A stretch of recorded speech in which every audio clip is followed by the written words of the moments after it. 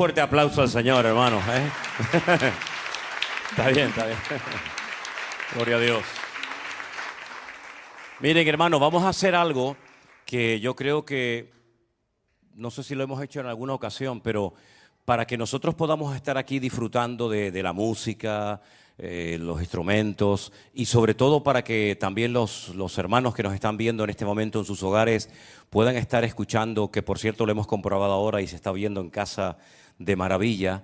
Arriba, ahí arriba hay, desen la vuelta un segundito, no hay problema, nadie les está viendo las cámaras. Mire, ahí arriba hay una serie de hermanos que hacen un trabajo excelente para que tanto en sala como en los hogares llegue el sonido perfectamente. Yo creo que a veces necesitamos también apoyar a nuestros hermanos en su trabajo. Le damos un fuerte aplauso a nuestros hermanos. Dios les bendiga. Gracias a las cámaras, a las luces, a las letras, al sonido, dentro y fuera. Dios les bendiga. Gracias por el trabajo. Pueden tomar asiento, hermanos. Gloria a Dios. Qué bueno que hay hermanos, ¿verdad?, que siempre están a lo mejor en el anonimato, no se les ve, no se les oye, pero que gracias a ellos, tanto los que estamos aquí como los que están en sus hogares lejos, pueden escuchar y disfrutar de este culto en directo. Gloria a Dios. Si hay alguien aquí o de los que nos está viendo en su casa que aún no se ha suscrito al canal oficial de la iglesia, saben que tenemos un solo canal. Se llama Centro Evangélico Vida Nueva en YouTube, también en Facebook, pero retransmitimos por YouTube. Pues suscríbase, hermano, suscríbase al canal de la iglesia, dele a esa campanita pequeñita que aparece para que pueda recibir siempre pues una notificación cada vez que estemos emitiendo en directo. Les recordamos también, yo sé que muchos lo saben, tal vez otros no, que todos los días de lunes a viernes hay también un devocional que yo comparto en directo para que todos los hermanos que quieran lo puedan oír y compartir, ¿de acuerdo? Y si por ahí ven algún canal que no tiene nada que ver con Centro Evangélico Vida Nueva, pero que se hace pasar por mí o se hace pasar por el ministerio, hay que decirlo automáticamente, porque hay gente a veces inconversa, gente que no son cristianos, que clonan canales, para su conveniencia, pero con el cuento de que quieren que la palabra de Dios corra. Realmente ese no es el motivo. Entonces no queremos que la gente se confunda. Todo está bien claro. Centro Evangélico Vida Nueva tiene su logotipo, tiene sus horarios, tiene sus lugares de culto y no queremos que la gente se confunda pensando que somos nosotros y después resulta que nada que ver. Muy bien, hermanos, pues vamos a hacer una oración. Cierra tus ojos un momentito, vamos a orar. Quiero compartirles una palabra que se encuentra en la carta de Santiago. Ahora les diré dónde. Pero vamos a orar. Padre Celestial, gracias, Señor, por todos los hermanos que cada semana hacen un esfuerzo para venir aquí a la iglesia. Y también oramos por todos los que están ahora mismo en sus hogares, diferentes países, atentos a tu palabra para recibir la bendición que tú hoy tienes preparada para nuestras vidas. Queremos estar atentos, queremos, Señor, que tú nos sigas tratando, que nos sigas moldeando. Queremos crecer, queremos madurar, queremos estar siempre bien preparados para aprovechar toda oportunidad que se nos presente. Y muchas gracias, Señor, por todo lo que estás haciendo en tu obra, en el nombre de Jesús. Amén y amén. Santiago capítulo 1, versículo 22. Santiago 1, 22, vamos a ponerlo ahí en la pantalla, ahí lo tienen. Y vamos a leerlo todos juntos, por lo menos el versículo 22. Vamos. Pero sed hacedores de la palabra, y no tan solamente oidores, engañándoos a vosotros mismos. Vamos a leerlo otra vez, por favor, más fuerte. Pero sed hacedores de la palabra y no tan solamente oidores, engañándoos a vosotros mismos. Escuchen. Porque si alguno es oidor de la palabra, pero no es hacedor de ella, este es semejante al hombre que considera en un espejo su rostro natural. Porque él se considera a sí mismo y se va, y luego olvida cómo era. Mas el que mira atentamente en la perfecta ley, la de la libertad, y persevera en ella, no siendo oidor olvidadizo, sino hacedor de la obra, este será bienaventurado en lo que hace. ¿Cuántos dicen amén?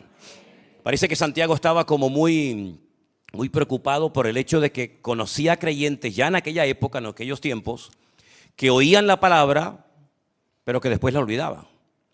Y lo peor no es eso. Lo peor es que la olvidaban y por lo tanto no la podían poner en práctica. Porque la idea es que todo lo que oigamos nos ayude a fortalecer nuestra fe, a fortalecer nuestra comunión y nuestra relación diaria con el Señor, pero que podamos trasladarlo al terreno de la práctica.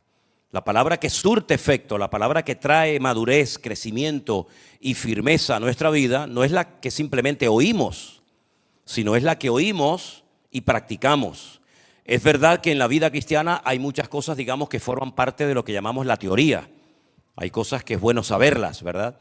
Pero luego hay otras muchas cosas, y yo creo que nuestro ministerio, nuestras iglesias, los que predicamos, si tenemos una característica es que le enseñamos a la gente a vivir vidas cristianas prácticas y no solamente vidas con mucho conocimiento, porque el conocimiento puede llegar incluso hasta envanecer a una persona. Hay gente que presume de todos los versículos que sabe de memoria, de todas las historias que ha aprendido, ¿verdad? Pero luego a la hora de la verdad no produce, no hay fruto, ¿no? Y la palabra del Señor nos enseña que, por ejemplo, cuando un pastor de ovejas se esforzaba sacando por la mañana las ovejas, llevándolas a un lugar, llevándolas a otra, la pregunta es, ¿y para qué hace ese pastor todo ese sacrificio, todo ese esfuerzo? Bueno, porque en el fondo lo que ese pastor quiere es vivir de sus ovejas, ¿no? Con la leche, los corderitos, la carne, etcétera, etcétera. Cuando una persona va al campo y se levanta todas las mañanas temprano y aguanta el sol y la lluvia y el viento y el frío y siembra y ara y abona un día y otro día, una semana y otra semana, ¿por qué hace todo eso? ¿Por amor al arte? No, porque en el fondo lo que quiere es cosechar y vivir de la cosecha que ha plantado previamente, ¿no? Entonces, el Señor está sembrando muchas cosas en nuestra vida. El Señor nos ha traído muchísima palabra, el Señor nos ha traído mucho conocimiento a través de diferentes medios, ¿verdad? Y todo eso el Señor no lo hace simplemente para que tú digas, oye, cada día sé más de la Biblia. Bueno, ¿y de qué sirve saber de la Biblia si luego no plasmamos eso en hechos concretos? El Señor Jesucristo dijo en cierta ocasión que cuando se siembra la semilla en el campo, las semillas en principio no todas tienen la misma capacidad reproductora. Hay semillas que tú las siembras y dan 30, otras dan 60, otras dan 100, pero todas dan. Rara es la semilla que la siembras y no da un mínimo de fruto. Entonces el Señor viene sembrando hace mucho tiempo en nuestra vida palabra y consejos y estudios y enseñanzas y testimonio, pero todo eso tiene que llegar a un momento en nuestra vida en el que tiene que comenzar a dar fruto. Y la Biblia dice que una planta, que un árbol que se plantó con mucha ilusión, con mucho cariño, con mucho esfuerzo y está inutilizando la tierra y haciéndole perder el tiempo al que la cuida, al labrador, dice que lo que hacen es que lo cortan y lo tiran al fuego y sirve de leña por lo menos. Pero la planta que da fruto la podan, la limpian, la cuidan para que dé aún más fruto todavía, ¿verdad? Entonces vemos que cuando se produce una poda no es para hacerle daño a la planta o al árbol, sino es para que siga dando fruto y aún más, y no solamente en cantidad, sino también en calidad. Porque nosotros tenemos que ser creyentes de calidad y de cantidad, espiritualmente hablando, ¿verdad? Así es que lo que nos dice la palabra de Dios es que tenemos que ser hacedores y no simplemente oidores y para colmo, oidores olvidadizos. Por ejemplo, en la palabra de Dios vamos a leer ahora algunos pasajes del Evangelio según San Juan, algunos personajes que fueron transformados por el poder del Señor Jesucristo. Por ejemplo, en el Evangelio según San Juan, como ustedes saben, en muchas ocasiones yo he dicho que solamente usted va a encontrar 7 milagros. Él los llama señales, ¿vale? Porque indican algo importante que hay que tener en cuenta en cuanto a la personalidad, en cuanto a la esencia, en cuanto al ministerio del Señor Jesucristo. Esos milagros o señales son los que encontramos en el capítulo 2, capítulo 4, capítulo 5. Hay 2 en el capítulo 6, 1 en el 9 y 1 en el 11. En el capítulo 5 del Evangelio según San Juan, vengan conmigo, San Juan capítulo 5, encontramos la historia del famoso paralítico del estanque de Betesda. El estanque de Betesda se puede visitar hoy en día, por supuesto no ha cambiado de lugar, sigue estando allí. De hecho es uno de los lugares que siempre llevamos a los grupos cuando viajamos a Israel. Ahora Dios mediante, cuando vayamos en el mes de noviembre, volveremos a llevar a los grupos.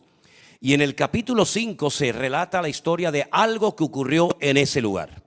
El estanque de Betesda era un lugar donde se habían congregado muchísimas personas con enfermedades terribles. Dice que llegaron a ser una enorme multitud. porque se había corrido el rumor, la leyenda, la idea de que un ángel, no hay constatación bíblica ni extrabíblica de lo que estamos contando, pero se había corrido el rumor de que un ángel de vez en cuando, no sabemos con qué frecuencia, descendía al estanque, movía el agua y el primero que se metía en el agua quedaba sano. Ya el segundo ya llegaba tarde. El Señor Jesucristo un día visita ese estanque de Betesda y en el capítulo 5 encontramos esta historia. Voy a leer a partir, por ejemplo, del versículo 6. Cuando Jesús lo vio acostado al paralítico de Betesda, supo que llevaba ya mucho tiempo y le dijo: ¿quieres ser sanado? Pregunta interesante, ¿verdad? ¿Quieres ser sanado? Señor, le respondió el enfermo, no tengo quien me meta en el estanque cuando se agita el agua, y entre tanto que yo voy, otro desciende antes que yo. Jesús le dijo: levántate, toma tu lecho y anda. Y al instante aquel hombre fue sanado y tomó su lecho y anduvo, y era día de reposo. Entonces los judíos le dijeron a aquel que había sido sanado: es día de reposo, no te es lícito llevar tu lecho. Los judíos habían añadido un montón de mandamientos, un montón de preceptos humanos, y uno de los mandamientos consistía en que la gente no podía llevar ningún tipo de carga, ningún tipo de bulto en el día de reposo. Y él le dice a esos que le están censurando: el que me sanó, él fue el que me dijo, toma tu lecho y anda. Versículo 12. Entonces le preguntaron: ¿quién es el que te dijo, toma tu lecho y anda? Y el que había sido sanado no sabía quién fue, porque Jesús se había apartado de la gente que estaba en aquel lugar. Después le halló Jesús en el templo, ya no en el estanque, ahora está el hombre en el templo. Y le dijo: mira, has sido sanado, no peques más para que no te venga alguna cosa peor. No es que todas las enfermedades sean producto de la mala vida o de un pecado en particular, pero el Señor Jesucristo sabía perfectamente que ese hombre se encontraba en esa condición lamentable, triste, probablemente por cosas que había cometido y había producido o había abierto puertas para que esa enfermedad lo atrapara durante 38 años de su vida. El Señor Jesucristo le ha cambiado la vida, le ha dado una oportunidad, le ha dado una vida nueva, pero cuando se lo encuentra al día siguiente en el templo dice: mira, ándate con ojo, porque yo te he sanado. Todavía siguen habiendo un montón de enfermos en el estanque de Betesda, y de todos los que había, te sané a ti. Pero ándate con ojo y no vuelvas a pecar para que no te venga una cosa peor encima.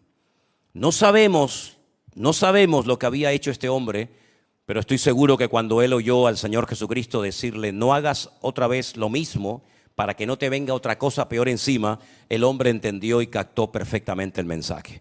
¿Qué es lo que yo saco como conclusión de esta palabra, de esta entrevista entre Jesús y el paralítico? Hermanos queridos, si el Señor a todos y a cada uno de los que estamos aquí y muchos que están en el hogar viéndonos, hemos sido transformados por el poder de Dios. El Señor ha roto nuestras ataduras espirituales, nos ha sanado, nos ha liberado incluso. No volvamos otra vez atrás, no sea que nuestro postrer estado, como dice la Biblia, venga a ser peor que el primero. Es decir, aproveche esta vida nueva que tiene ahora en Cristo Jesús, no mire atrás, porque la palabra de Dios nos cuenta la historia de aquella famosa mujer, la mujer de Lot, que dice la Biblia que por mirar atrás se quedó convertida en una estatua de sal. Entonces el Señor nos ha dado a todos nosotros una gran oportunidad de conocer la verdad. La verdad, como vamos a leer ahora, nos ha hecho libres. Pero no vuelva usted otra vez a enredarse en las cosas que practicaste o creíste, no sea que no vuelvas al mismo estado en el que tú estabas antes de conocer al Señor, sino que vuelvas a un estado peor del que estabas anteriormente de conocer al Señor. Amén, hermanos. Entonces es muy importante que cuando oímos la palabra y viene una oportunidad en nuestra vida, la aprovechemos para no volver otra vez a caer en lo mismo. Seguimos en el Evangelio de Juan, nos vamos al capítulo 8, donde ahora es una mujer. Hemos visto el testimonio de un hombre en el capítulo 8 del mismo libro de San Juan, versículo 1, una historia muy interesante que dice así: Jesús se fue al monte de los olivos y por la mañana volvió al templo y todo el pueblo vino a él y sentado él les enseñaba. Entonces los escribas y los fariseos le trajeron una mujer sorprendida en adulterio y poniéndola en medio le dijeron: Maestro, esta mujer ha sido sorprendida en el acto mismo de adulterio. Y yo siempre me he preguntado si la sorprendieron, como decimos vulgarmente, con las manos en la masa, y en el mismo momento que estaba cometiendo ese pecado, ¿por qué no lo trajeron también a él? ¿Por qué la traen solamente a ella? Vete tú a saber si uno de los que la trajo estaba allí, ¿no? En nuestra ley mandó Moisés que tenemos que apedrear a estas mujeres. ¿Tú qué dices? Claro, no se olviden que la palabra de Dios dice que la ley de Dios es perfecta y para poder cumplir la palabra de Dios uno tiene que ser perfecto. Si no eres perfecto, ¿de qué estamos hablando? La ley era como una especie de espejo que reflejaba la cruda realidad del ser humano, enfocándole y diciéndole, tú no puedes cumplir con esta ley, porque esta ley para cumplirla tienes que ser santo y perfecto, y ustedes ni son santos ni son perfectos. Es como una especie de humillación, decir, ¿quieres cumplir con una ley perfecta que es la ley de Dios? No la vas a poder cumplir. Mas esto decían tentándole para acusarle, pero Jesús, inclinado en el suelo, escribía en tierra con el dedo. Y como insistían en preguntarle, se enderezó y les dijo, el que de vosotros esté sin pecado, sea el primero en arrojar la piedra contra ella. Tanto insisten, tanto daño quieren hacer al prójimo, ok, pues examina tu corazón para ver si realmente tú estás en una condición óptima para cumplir con este mandamiento. Y resulta que inclinándose de nuevo hacia el suelo, siguió escribiendo en tierra.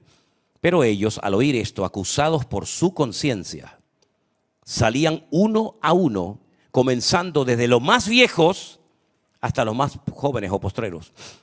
Y quedó solo Jesús y la mujer que estaba en medio. Enderezándose Jesús y no viendo a nadie, sino a la mujer, le dijo, mujer, ¿dónde están los que te acusaban? ¿Ninguno te condenó? Ella dijo, ninguno, Señor. Entonces, ¿qué le dijo el Señor? Léalo conmigo. Ni yo te condeno. Vete y no peques más. Es decir, ella aprendió lo que es el perdón. Yo he sido perdonada. Y ahora el Señor te dice, así como tú has sido perdonada, vete, no vuelvas a pecar otra vez, sino aprovecha los beneficios de ese perdón, de esa gracia sobrenatural de Dios sobre tu vida, y no vuelvas otra vez a cometer el mismo pecado, porque hoy te has librado, mañana tal vez te maten estos a pedradas a ti, porque con ganas se quedaron. Así que, mis queridos hermanos, por eso el Señor al tema del perdón le da tanta importancia. Incluso en el Padre Nuestro llegó a decirnos o a enseñarnos, y perdona nuestras deudas, así como también nosotros perdonamos a nuestros deudores.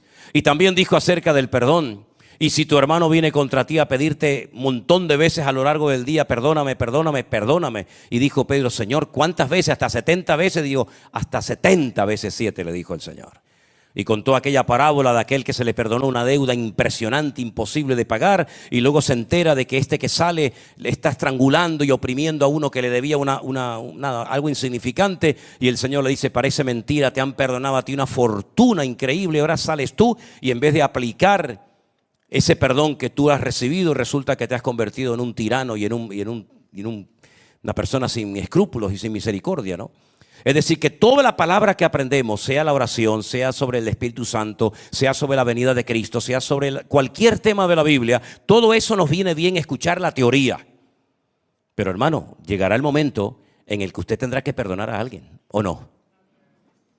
Llegará el momento cuando usted eso que lee en la Biblia, te va a tocar hacerlo a ti.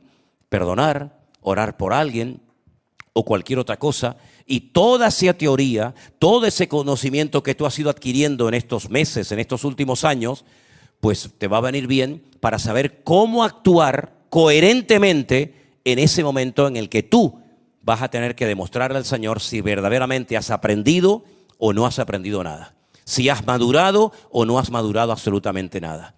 Todas las experiencias, no solamente el conocimiento, sino todas las experiencias que tú vayas adquiriendo a lo largo de tu peregrinar con el Señor Jesucristo, recuérdalas porque llegará el momento en el que tendrás que echar mano de ellas. ¿Se acuerdan ustedes cuando David fue a llevarle comida a sus hermanos que estaban en el campo de batalla? ¿Se acuerdan? Su padre le había dicho, ve y pregúntale a tus hermanos cómo se encuentran, cómo están. Y llévales también algo de comida. La Biblia nos enseña que cuando él vio aquel problema que estaba atravesando el pueblo, el ejército en aquel momento, estando desafiados por aquel gigante terrible, aquel paladín filisteo, dice la Biblia que él se ofreció voluntario para ir a pelear contra él. Y Saúl, el rey, le dijo, pero si tú eres un muchacho, tú no tienes experiencia militar, tú no estás entrenado, tú no tienes armas. De hecho, quiso ponerle sus armaduras, ¿no? No le servían a él, se las querían casquetar al otro. Y David dijo, no, yo voy a ir en el nombre que siempre he utilizado para poder vivir hasta el día de hoy en victoria. He utilizado el nombre de mi Dios. Y en ese nombre, que parece ser que no lo conocían en aquel momento o no lo estaban utilizando adecuadamente, todo Israel sabrá hoy que nuestro Dios es el Dios que marca la diferencia. Y no le vamos a permitir, como dijo él en aquel momento, ¿no?, a este filisteo incircunciso que venga aquí, que nos esté amargando la vida. Y yo le cortaré la cabeza y las aves del cielo comerán de sus carnes. Y uno oye hablar a aquel y dice, pero ¿este de dónde ha salido? ¿De dónde ha salido este mocoso, no? Y entonces es cuando él dice, es que para mí el gigante Goliat no es nada. No solamente porque el grande y el gigante es mi Dios, sino que yo tengo una experiencia tal vez no militar, pero yo como pastor me he tenido que enfrentar con leones. ¿Hay alguien aquí que haya alguna vez peleado contra algún león? Hoy en día está prohibido, pero cuando íbamos a Kenia, cuando fuimos unas cuantas veces a Kenia, los Masái, para pasar de niño a hombre, se tenían que ir solos a la selva a matar a un león. ¿Y tú sabes lo que es mandar a un muchacho de 13, 14 o 15 años a matar a un león? Hermano, yo no voy ni con 50. Yo no voy ni con una metralleta. Y estos tenían que ir y no volvían hasta que no se traían la cabeza del león o la piel del león, porque entonces no los consideraban un hombre. Ya hoy en día está prohibido, ¿no? Son los seguritas son los Masái allí en Kenia. Pero David sabía lo que era enfrentarse con un león, porque por una oveja, por un cordero, era capaz de jugarse la vida. Porque su padre le había dicho, cuídame las ovejas. Y hasta que no recibiera una contraorden, él era coherente con la orden que su padre le había dado. Pero además hay más. Dice que también peleó contra osos. Y toda esa experiencia a solas en el anonimato en las montañas de Judea, peleando contra osos y peleando contra leones, le vino de maravilla cuando tiene que ir a enfrentarse contra el gigante Goliat. Es decir, que todas tus experiencias, todo el conocimiento, toda tu trayectoria en el Señor, llegará el momento cuando tú tendrás que echar mano de todo eso y llegará el momento de tu oportunidad, y entonces ahí te demostrarás a ti mismo y lógicamente también a los demás si verdaderamente tu vida es una vida madura o es una vida de simplemente teorías, opiniones y muchos buenos deseos, pero realmente eres un hacedor y no solamente un oidor de la palabra. ¿Cuántos dicen amén? La Biblia nos habla en Gálatas capítulo 5, por favor vamos a leer este texto, Gálatas capítulo 5, vamos a leer este versículo también, 22 y 23, acerca de las características que tienen que comenzar a manifestarse en nuestras vidas. Pablo viene hablando acerca de las características típicas de una persona carnal, sin Cristo, una persona que es egocéntrica, y él menciona una barbaridad, una lista enorme de manifestaciones de la carne como envidias, borracheras, lascivia, fornicación, adulterio, contiendas, pleitos, celos, iras, etcétera, etcétera, etcétera. Pero cuando llega al verso 22 dice, mas el fruto del Espíritu es, léalo conmigo, amor, gozo, paz, paciencia, benignidad, bondad, fe, mansedumbre, templanza. Contra tales cosas no hay ley. Ahora, de estas 9 características del fruto, imagínense que usted abre una manzana o usted abre una naranja más bien o una mandarina y resulta que hay 9 sabores diferentes dentro. Es una mandarina, pero cada trocito tiene un sabor diferente. Es una sola, pero con 9 sabores diferentes, distintos. El fruto del Espíritu, el Espíritu Santo es uno, morando en el creyente, pero se manifiesta en tu carácter, se manifiesta en tu vida de formas diferentes. A veces de una forma con amor, con paciencia, con benignidad, con fe, con mansedumbre, etc. Pregúntate a ti mismo de vez en cuando cuántas de estas características ya han comenzado a manifestarse en tu vida. Y si tienes alguna duda y no lo tienes claro, pregúntale a tu mujer que ella te las va a decir cuáles tienes. Dices, ay, no sé cuál tendré. Cariño, ¿cuál tiene? Y te va a decir ninguna. Y entonces vas a tener que orar. No, pero si tienes alguna duda, tú pregúntale a tu mujer que ella te va a recordar si las tienes o no. Perdonen, hermanas, pero es que ustedes tienen un discernimiento espiritual que no fallan, ¿no? Entonces, hermanos queridos, Santiago, o mejor dicho, el Señor a través de la carta de Santiago, está apuntando a una vida cristiana práctica. La Biblia dice en la parábola del sembrador, que es una parábola preciosa, que además el Señor la logró explicar, porque no todas las parábolas recibieron una explicación, pero esta sí. Señor, ¿qué significa esta parábola? Y el Señor le da una explicación de cada uno de los terrenos, de los cuervos, etcétera, etcétera. Él dijo que hay personas que al momento reciben la palabra con gozo, pero como no echan nunca raíces, son cristianos de corta duración, son creyentes de corta duración, ¿verdad? Cuando vienen las aflicciones, las luchas, las pruebas de la vida, el trato de Dios, son de corta duración, ¿verdad?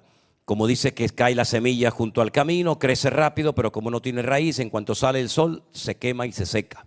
También dice la Biblia que hay algunas semillas que los cuervos vienen y las arrebatan del corazón del ser humano. Sea como sea, Dios está invirtiendo de su tiempo y de su vida en todos y en cada uno de nosotros. Yo no sé qué promedio de mensajes tú podrías haber ya escuchado a estas alturas de tu vida, pero estoy seguro que algunos de ustedes ya han escuchado cientos de mensajes, ¿sí o no?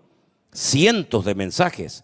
Pero no es simplemente escuchar lo que transforma, sino es escuchar y ponerlo en práctica. Mira, este púlpito que está aquí siempre ha sido el mismo. Nunca hemos cambiado de púlpito en la iglesia.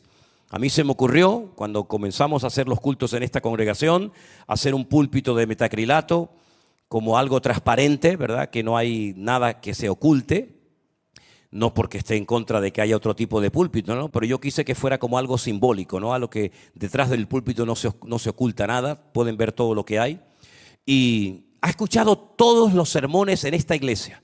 Todas las personas que en este culto, en esta iglesia, en este púlpito han predicado, este púlpito ha estado siempre aquí.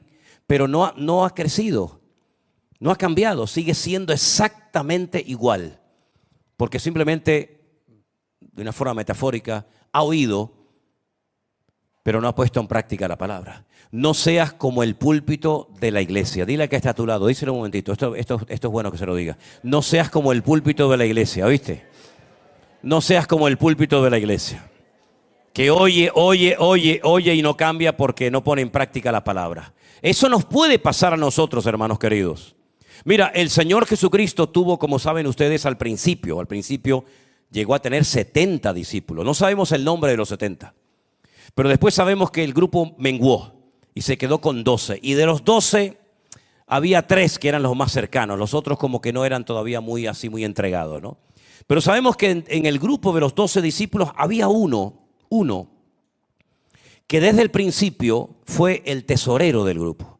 Era el que llevaba la bolsa. Y dice la Biblia que siempre fue ladrón. Siempre tuvo problemas con el dinero. Tú sabes que cada ser humano en la vida tiene problemas con algo. Como mínimo tiene una debilidad. Unos con el sexo, el otro con el tabaco, el otro con la droga, el otro con la pornografía, el otro con la bebida. Bueno, tú sabes que variopinto este tema, ¿no? Y Judas tenía un problema, y es que el dinero le tiraba. Era un amante del dinero. En vez de usar el dinero, que es lo que hay que hacer, porque el dinero como siervo es maravilloso, pero como amo es terrible, ¿eh? Judas lo que hizo fue que aprovechaba la ocasión para meter la mano de vez en cuando en la bolsita y llevarse algo para él. Así que si alguien pasaba por allí, oye, mira, una ofrenda para que sigan viajando, para que coman, para el maestro y tal. Ah, gracias. La metía, pero siempre sacaba algo para él. Como nunca dominó ese área de debilidad, lo que tú no dominas te terminará dominando. Estuvo 3 años con el Señor Jesucristo. Ahora yo les voy a hacer una pregunta y usted responda con toda honestidad. ¿A usted le hubiera gustado haber estado 3 años viajando noche y día con el Señor Jesucristo? Levante la mano. Eso es una pasada, ¿eh?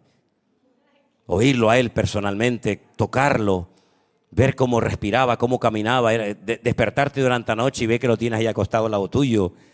Voy a decir algo increíble, ¿no? Pues Él tuvo ese privilegio. Él vio cómo levantó a Lázaro de la tumba después de 4 días muerto, hermano.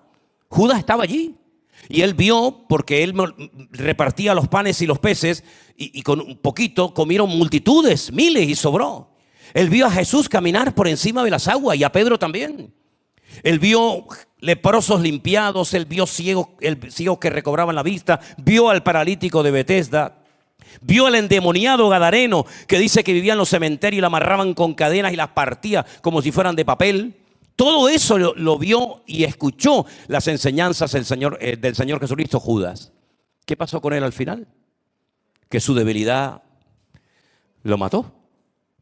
Llegaron, le ofrecieron lo que él quería, porque el diablo conoce tu necesidad y conoce también tus tendencias y tus debilidades. Le vinieron y ¿qué le ofrecieron? Dinero. Y cayó como un pajarito a medio. Después de 3 años de estar con el maestro, no creció, no maduró, escuchó mensajes, escuchó predicaciones, vio milagros, pero no cambió. Llegó el momento que fue capaz de entregar y de vender al mismísimo Señor Jesucristo por dinero.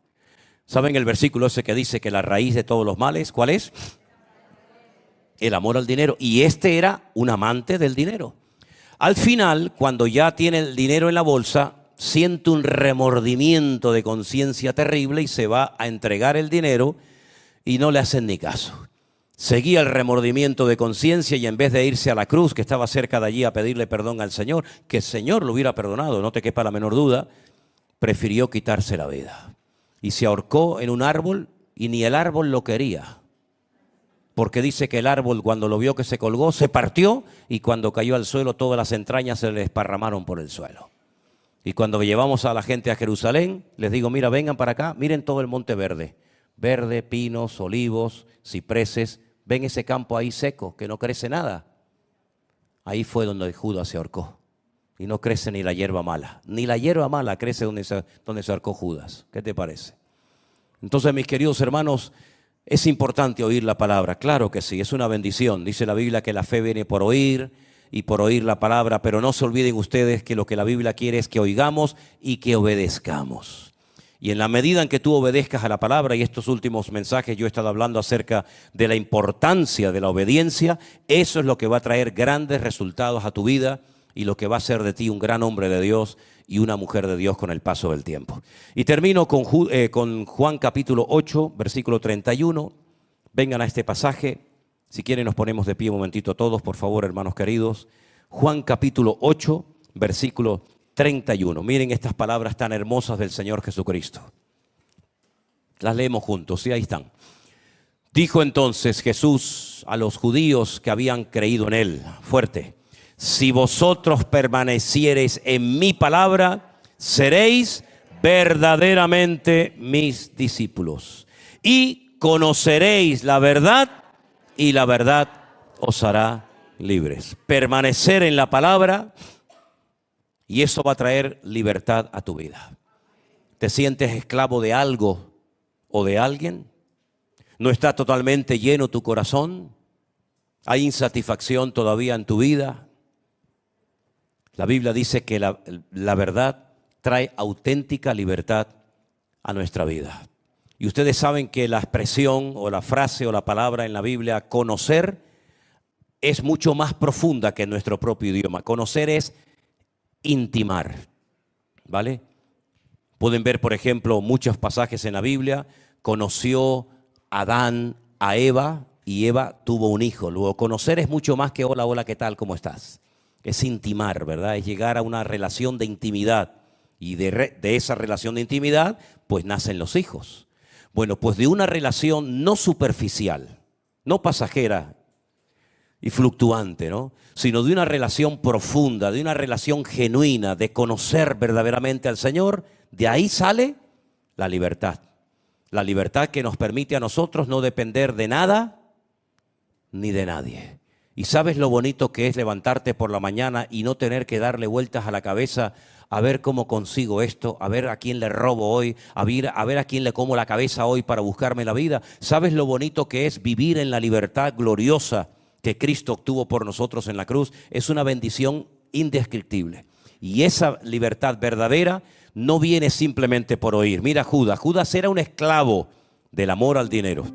Y oyó sermones, oyó mensajes, como también los ha escuchado Satanás desde el principio de los tiempos.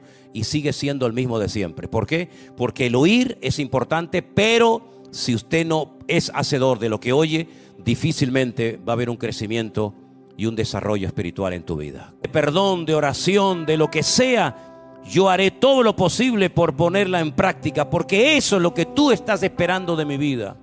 Que yo te oiga, que preste atención, pero que materialice la palabra, Señor. Que viva en la palabra. Y la misma palabra traerá libertad a nuestros hogares y a nuestras vidas. Guárdanos, Señor, cada día de errores, de confusión, de mentiras, de engaños. Sana tú nuestra mente, nuestros pensamientos, para que podamos ser realmente una iglesia viva, una iglesia libre, alegre, contenta, que predica la sana doctrina a tiempo y fuera de tiempo. Sin importarnos lo que otros hagan o digan, tú nos has llamado para predicar tu palabra, que sabemos que trae libertad a los cautivos y vista a los ciegos y trae sanidad a los corazones y a las almas tristes y esclavas, Señor. Gracias por tu palabra, Dios mío. Bendecimos tu precioso nombre y te daremos a ti toda la gloria y la honra en el nombre de Jesús. Amén. A tu lado vi, y mi espíritu a tu diestra, y te guardaré. Cuán grandes todos, cuán grandes son tus obras, profundos tus pensamientos, no hay nadie como tú.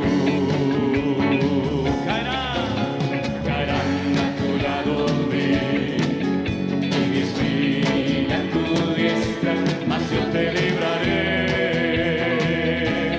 y te guardaré. Vamos, iglesia. Todo el mundo podrá ver que mi Dios tiene el poder. Yo le doy gloria a Él, yo le doy gloria a Él.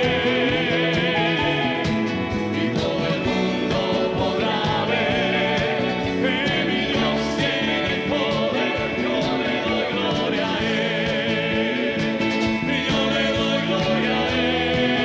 Esa palma, vamos. Y todo el mundo podrá ver que mi Dios tiene el poder. Yo le doy gloria a Él, yo le doy gloria a Él. Todo el mundo podrá ver que mi Dios tiene el poder. Yo le doy gloria a Él, yo le doy gloria a Él. A ver, iglesia. Y todo el mundo podrá ver que mi Dios tiene el poder. Yo le doy gloria a Él, yo le doy gloria a Él.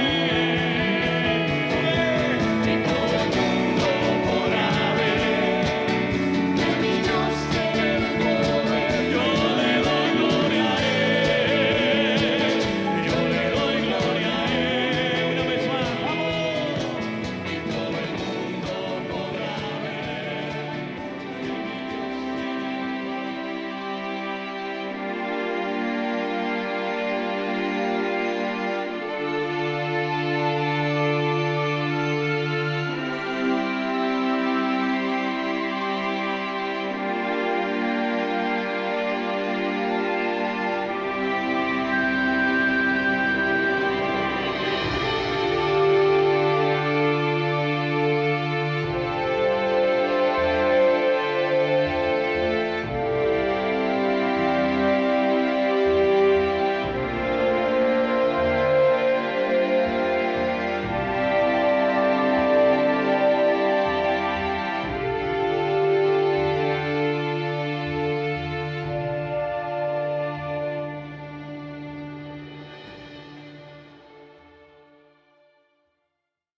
Del libro de Proverbios, para que todos juntos lo podamos leer en esta tarde.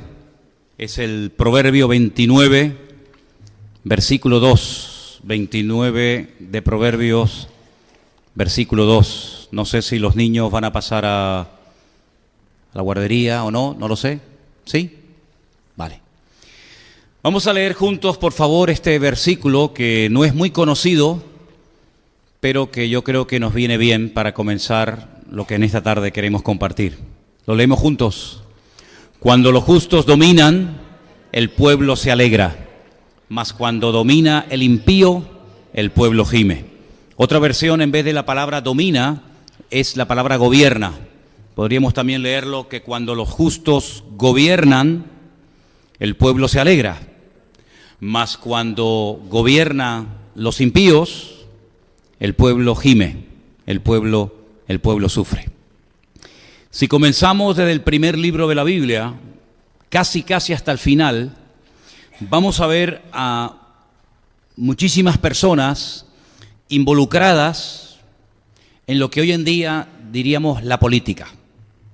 Algunos dicen, bueno, la política en la Biblia no aparece. No, aparece en todas partes, aparece en todos sitios, con otras connotaciones, con otros nombres, con otros personajes, otros países, pero la política siempre ha existido y siempre, de alguna manera, para bien o para mal, ha tenido gran influencia en las naciones, en los pueblos, en las gentes.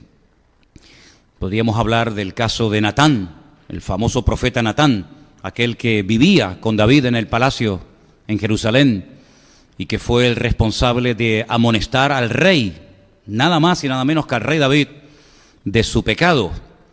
Y después de un tiempo que David había pecado con Betsabé, la esposa de uno de sus soldados, Urías, la Biblia nos enseña que David fue amonestado por el profeta Natán. Y él amonestó a un rey, a un monarca, a un político, diríamos en cierta manera. Vemos que, por ejemplo, José, que no era un político, pero fue un estadista espectacular, le dio consejos nada más y nada menos que al hombre más poderoso de toda la tierra, al faraón de Egipto. Egipto era un imperio, una potencia militar tremenda. Y cuando él le interpreta los sueños al faraón, una vez que se los ha interpretado y le dice, mira, van a venir años de abundancia, van a venir tiempos de escasez, lo que tienes que hacer es esto, y le da consejos e instrucciones concretas y específicas al faraón de Egipto acerca de lo que tenía que hacer. Y el faraón se somete, el faraón le agradece y dice, ese hombre que me recomiendas eres tú. Vemos a Daniel, nada más y nada menos que en Babilonia, la cuna de toda la brujería, de todo lo diabólico, de toda la idolatría del mundo, y allí está Daniel aconsejando y amonestando a reyes como Nabucodonosor, Belsasar y otros.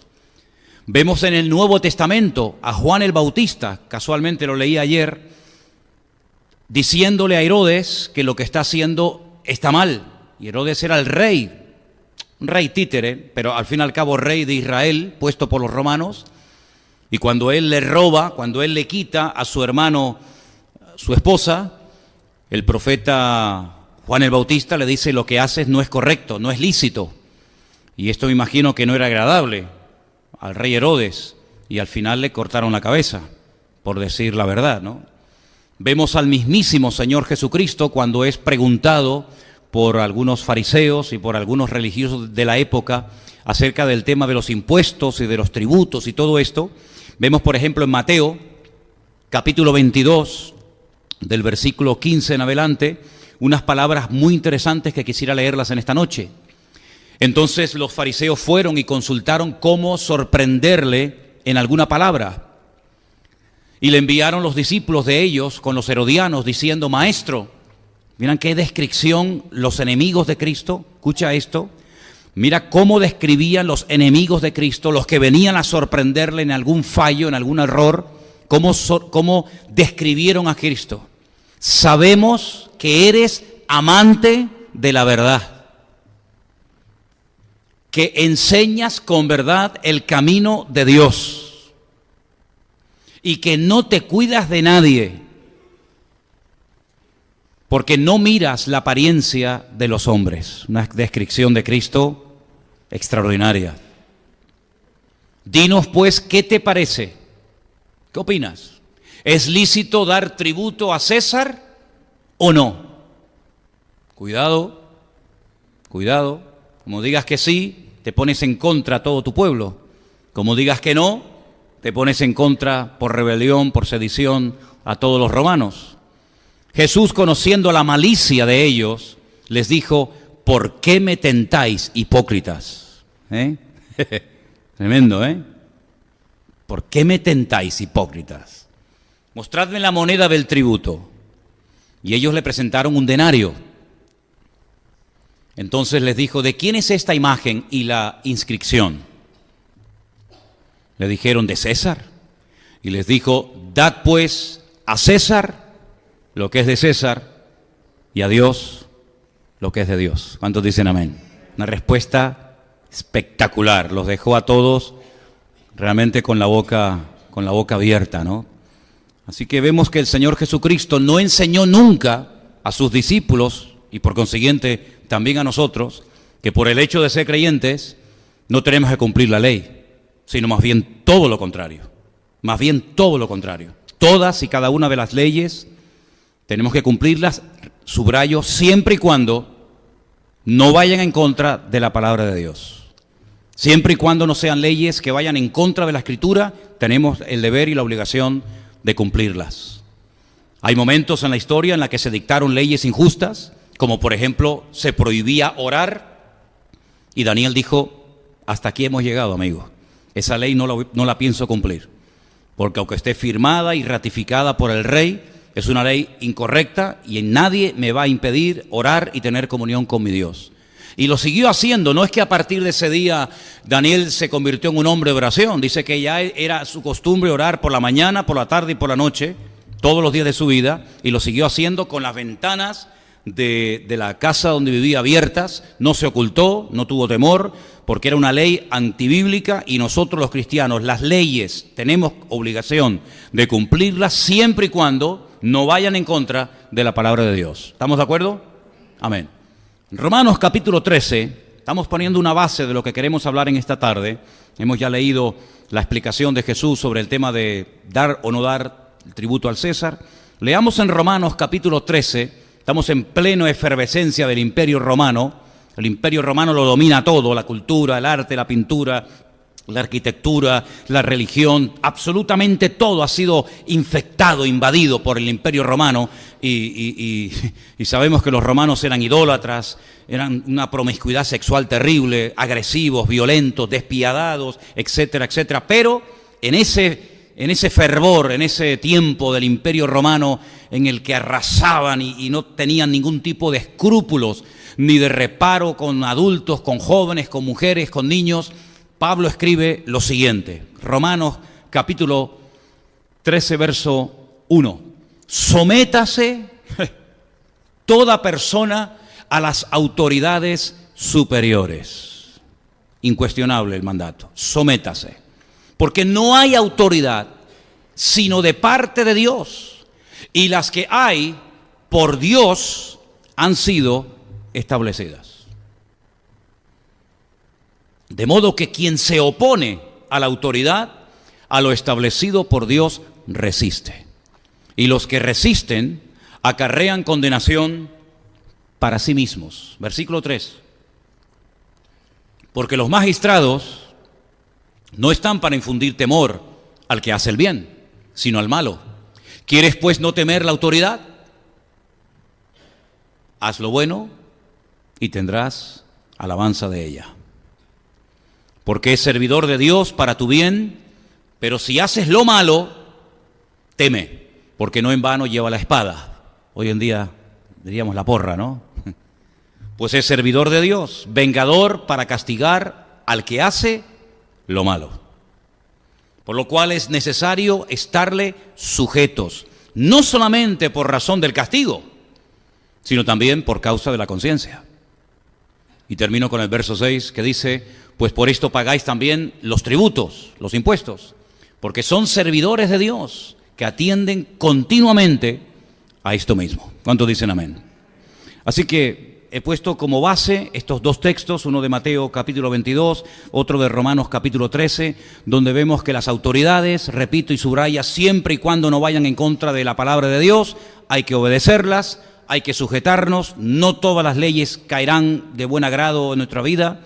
Hay algunas leyes que nos gustaría que no existieran, pero aún así hay que cumplirlas. La madurez del creyente no se demuestra cantando, cantar no cuesta nada, de hecho lo hemos hecho ahora y podíamos haber estado 3/4 de hora más y puede cantar incluso hasta el inconverso que entra por primera vez a una iglesia y no le cuesta nada porque encima es acompañado por otros que cantan y le ayudan y encima tenemos la letra y etcétera, etcétera.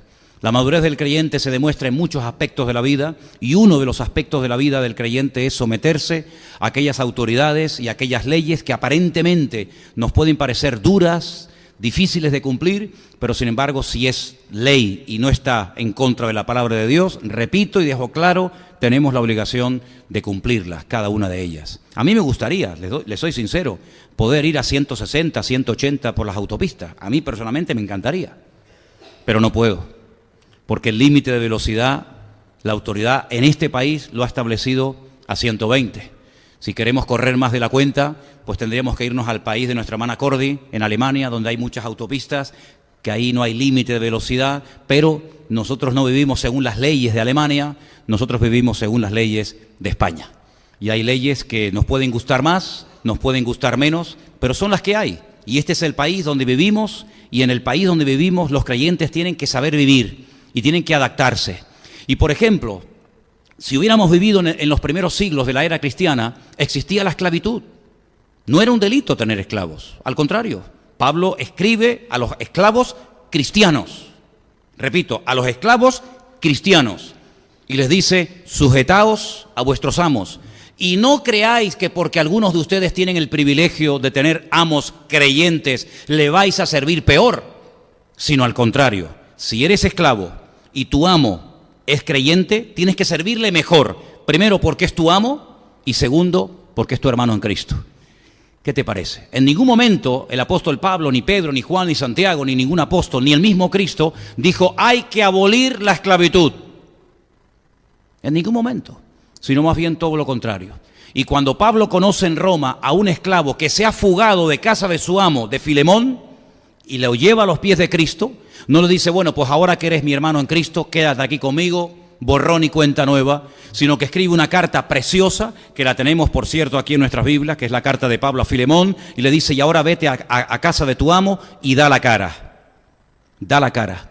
No te preocupes, yo voy a interceder por ti. Filemón es mi amigo, Filemón es mi hermano en Cristo. En su casa hay una iglesia que la pastorea Lucas, tú no te preocupes, que yo voy a hacer todo lo posible para que Filemón te reciba. Y ahí empieza un juego de palabras. Sabemos que la palabra onésimo significa útil, pero Pablo dice, que en otro tiempo te fue un inútil, ahora te es útil tanto a ti como a mí. Te pido que lo recibas, que tengas misericordia, que lo recibas como un hermano, no como a un prófugo de la ley, sino como a tu hermano en Cristo. Y si en algo te defraudó, si algo te robó, si algo te hizo daño, pues ponlo a mi cuenta que yo lo pago. Es decir, vemos que en ningún momento el apóstol Pablo incita a Onésimo a rebelarse en contra de su amo, sino más bien todo lo contrario, a dar la cara y a tratar de solucionar las cosas de la mejor manera.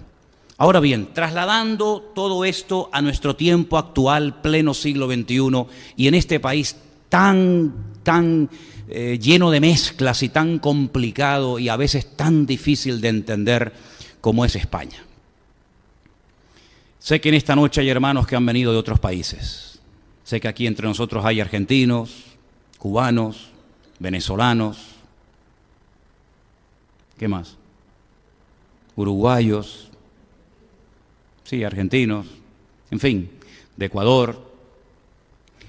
Bueno, todos nosotros tenemos algo en común y vivimos todos en el mismo país. Y este país de España, yo he tenido el privilegio de conocerlo un poco. Mis padres son españoles, mi padre ya murió, mi madre aún sigue con vida, los dos son españoles o fueron españoles, mi padre. Mis abuelos nacieron en España, los conocí. Mis bisabuelos los conocí por parte de mi abuelo, también eran de España. Mi bisabuelo fue alcalde de Arrecife de Lanzarote, 1800 y pico, antes de huir rumbo a Cuba en un barco de vela, y después fue a Argentina y posteriormente llegaron a Venezuela. Es decir, que conozco un poco este país. Este país es un país lleno de mezclas, porque por este país de España han pasado todos los que te puedes imaginar y conozcas. Han pasado los celtas, los íberos, los fenicios, los suevos, los vándalos, los alanos, los romanos, los árabes, los judíos y ahora los argentinos, los bolivianos, los chilenos, los dominicanos, que por este país ha pasado absolutamente todo el mundo. Está en un lugar estratégico del continente europeo, es donde termina o donde empieza Europa, según cómo se mire. Para los griegos, ellos lo llamaban Iberia. Iberia era España para los griegos. Hispania, que significa país de metales preciosos, para los romanos. Y cada uno de los que han pasado han dejado su cultura, sus tradiciones, sus palabras, etcétera, etcétera. Por lo tanto, cuando hablamos de España no hablamos de un país homogéneo. Si juntáramos a un gallego, a un andaluz, a un vasco, a un canario, a un catalán, a un madrileño, aunque todos hablan el mismo idioma, aparentemente, la diferencia de una región a otra es tan abismal que a veces cuando saltas de una provincia a otra parece que te has ido de España y has llegado o has aterrizado en otro lugar. Se hablan oficialmente 4 idiomas oficiales, pero luego hay más de 16 dialectos que se hablan en diferentes partes del país, como el aranés, el ibicenco, el mallorquín, el valenciano y tantos dialectos que se enseñan y se hablan. Es un país que realmente es un misterio que permanezca unido, porque es tan diferente una persona del norte a una persona del sur, o una persona de Castilla, a una persona de Cataluña, o a un vasco, o a un gallego, que es realmente algo milagroso el que España se haya mantenido, digamos, unida durante tantos siglos. Hay algunos refranes muy conocidos cuando se habla de España, tomé nota de alguno de ellos. Este, por ejemplo, me llamó mucho la atención. Para unos, para los romanos y para otras personas, decían que España tiene que ser el país más fuerte del mundo, porque los españoles llevan siglos intentando destruirlo y aún no lo han conseguido. Otros decían, los españoles prefieren la guerra al descanso, y si no tienen enemigo exterior, siempre buscarán uno dentro de la casa. Es increíble, ¿no? Ahora, cuando hablamos, por ejemplo, de este país, me llama mucho la atención y quiero que ustedes sepan eso, y se lo decía a Irle hace un rato para que se enseñe esto en la escuela dominical de los niños. España aparece en la Biblia en 3 ocasiones, tanto en el Antiguo como en el Nuevo Testamento. Claro, el nombre de España en el Antiguo Testamento no era el de hoy en día. En el libro de Abdías, que es un libro muy pequeñito, que no tiene ni un capítulo, sino son todos versículos, concretamente en el versículo 20 de Abdías dice, y los cautivos de este ejército de los hijos de Israel poseerán lo de los cananeos hasta Sarepta, y los cautivos de Jerusalén que están en Sefarat, ese es el nombre de España en hebreo y en el Antiguo Testamento, Sefarat, los españoles son los sefardíes, en Sefarat poseerán las ciudades del Negev, del desierto del sur de Israel. Así que España aparece con su nombre primitivo, su nombre bíblico, como es Sefarat en el Antiguo Testamento. Y en el Nuevo Testamento, concretamente en la carta del apóstol Pablo, en el capítulo 15, aparece en 2 ocasiones el nombre España. Y quiero leerlos. Me imagino que muchos lo sabrán, otros tal vez no. Romanos 15, 24. Cuando vaya a España, palabras de Pablo, iré a vosotros, porque espero veros al pasar y ser encaminado allá por vosotros, una vez que haya gozado con vosotros. Y el versículo 28, mas ahora voy a Jerusalén, el 28, ahora voy a Jerusalén para ministrar a los santos. Así que cuando haya concluido esto y les haya entregado este fruto, pasaré entre vosotros rumbo a España. En 3 ocasiones, 2 veces en romano y una vez en el Antiguo Testamento, aparece el nombre de España. De aquí salió un señor que algunos dicen que era español, otros dicen que era genovés, otros dicen que era judío, otros dicen que era portugués, y la verdad es que la historia aún no se ha terminado de poner de acuerdo. Lo que sí todo el mundo sabe es que Cristóbal Colón era un asiduo lector de la palabra de Dios. Era un hombre que leía la Biblia, era un hombre que creía que tenía una misión en esta vida, y él es el que se atreve a ir a Fernando y a Isabel, los reyes católicos, a pedirle financiación para ir por las Indias, pero por una ruta mucho más corta, porque él consideraba, por el diario de Cristóbal Colón que se encuentra en el Archivo de Indias en la ciudad de Sevilla, que la tierra no era plana, como se decía hasta entonces, sino que la tierra era redonda. Y Cristóbal Colón salió rumbo a América, paró aquí en las Islas Canarias, estuvo en la isla de Las Palmas, estuvo también en la isla de La Gomera, donde tuvo una especie de romance con la condesa de Peraza, etcétera, etcétera. Y bueno, no vamos a entrar en esos detalles, pero este fue el último puerto que tocó Cristóbal Colón antes de ir a América. Y salió del puerto de Palos, que como bien saben ustedes, está en el sur de España, concretamente en la provincia de Huelva. Fue en este país donde un sacerdote, nacido en un pueblecito de la provincia de Badajoz, un pueblo que hoy en día solamente tiene 1.300 habitantes. Si hoy en día tiene 1.300 habitantes, imagínense, en aquellos tiempos, pueblo de Montolín, ahí nació un cura llamado Casiodoro de Reina, un hombre que se jugó la vida primero repartiendo el Nuevo Testamento, que ya estaba traducido, y salía por las calles a repartir el Nuevo Testamento que habían traducido otras personas y que murieron quemados en la hoguera.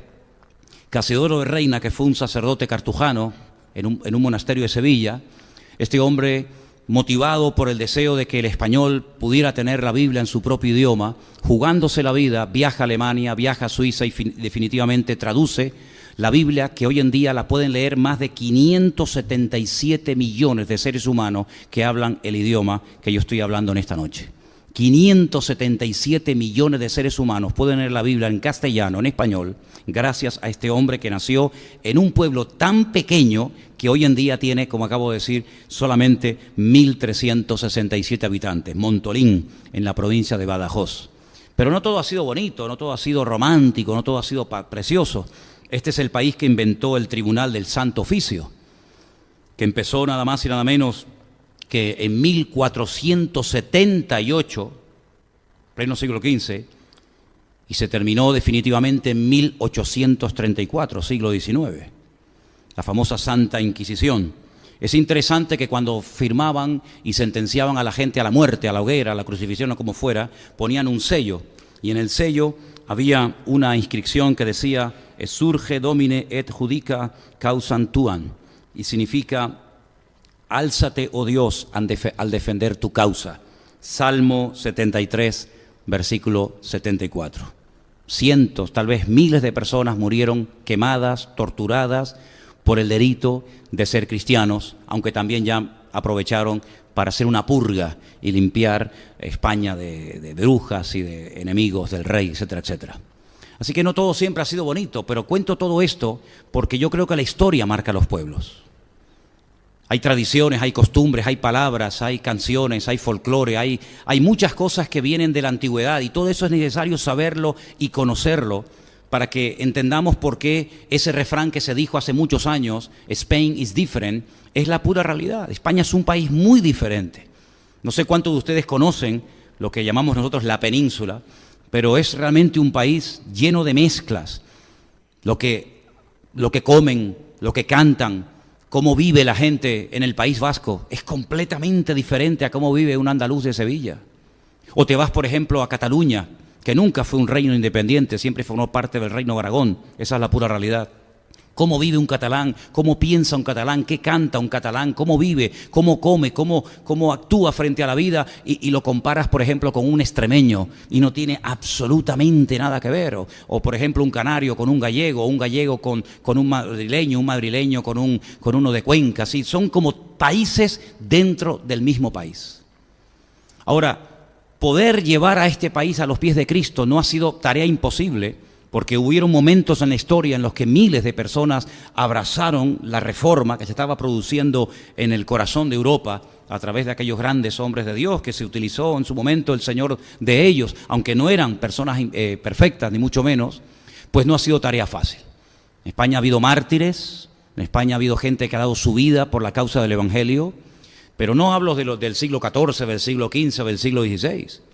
hablo de épocas mucho más tempranas y cercanas a nosotros, donde era un delito salir a la calle a predicar el Evangelio, donde había personas que eran expulsadas de trabajos o no los aceptaban simplemente. Y Elena podría contar experiencias personales de cómo no le dieron un trabajo en un momento determinado porque dijo que era una cristiana evangélica, o en algunas ocasiones cuando yo era mucho más joven y salía, por ejemplo, por las calles a predicar en el puerto de la Cruz, en la Plaza del Charco, nos llevaban detenidos a comisaría por el delito de predicar el Evangelio al aire libre, o nos confiscaban las Biblias o los folletos que repartíamos en la playa de las Canteras hace años atrás, porque estaba totalmente prohibido y no se podía.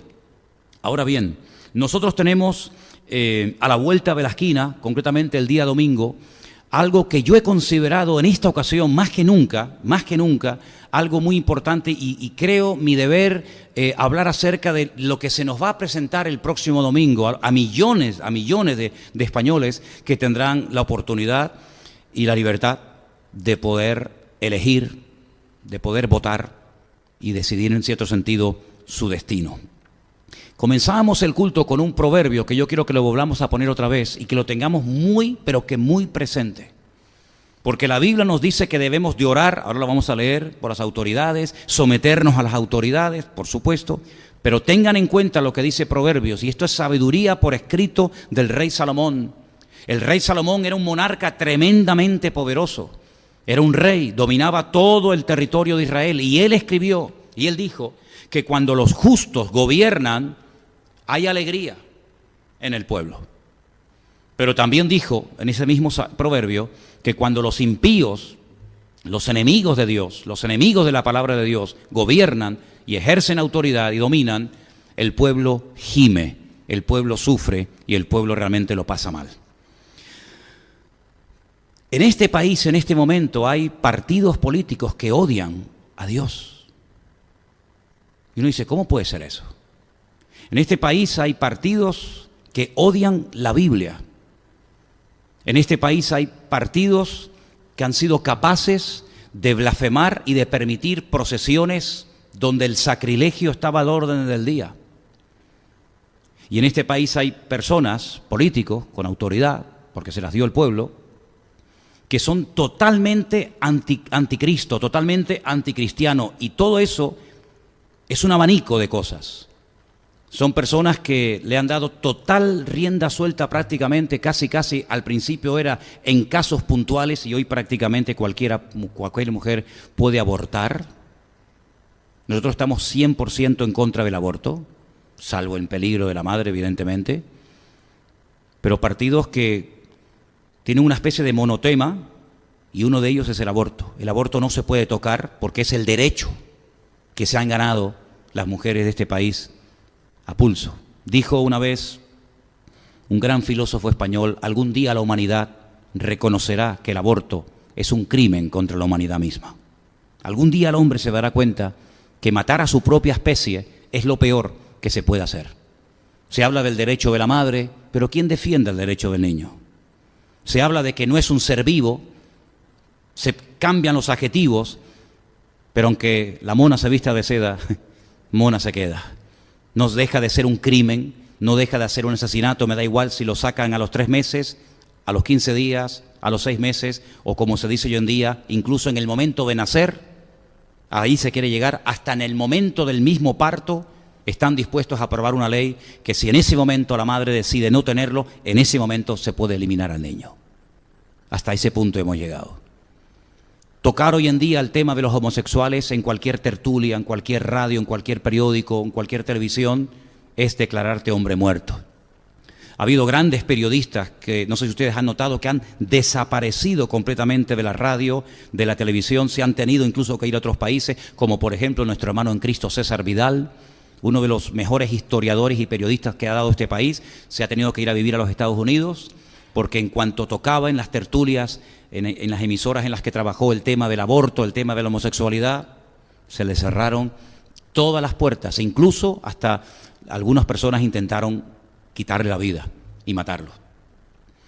Hablar que hoy en día la familia no solamente se puede formar por un hombre y una mujer, que esa es la familia bíblica y la que Dios avala, decir que no es familia ni matrimonio un hombre con un hombre, una mujer con una mujer, o un hombre con un animal, o un animal con una mujer, eso hoy en día sería declararte hombre muerto y cerrarte todas las puertas. Pero a ese punto hemos llegado.